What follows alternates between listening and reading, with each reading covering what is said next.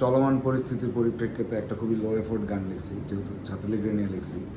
তো গিটারটাও টিউন করি নি, কারণ ছাত্রলীগের নিয়ে লিখছি। আর গানটার নাম হচ্ছে কি ছাত্রলীগের, শুনাই,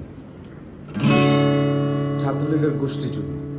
আরেকটু রিয়ালিটি চেক দিই, অ্যান্ড এই পুরা আলাপটা হইতেছে considering you consider me a musician to be respected. তোমরা যদি আমার ফলো করে থাকো, আমার কাজ ভালো লাগে, if you look up to me as a musician or whatever, তোমরা যদি ছাত্রলীগ করে গান বাজনা করে থাকো, ইয়োর মিউজিক সাকস অ্যাজ এটার কারণটা আমি বুঝাই বলি।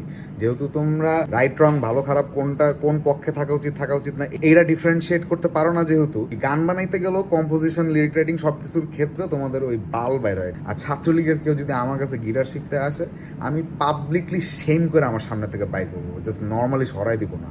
Please try to understand the level of resentment people have against you.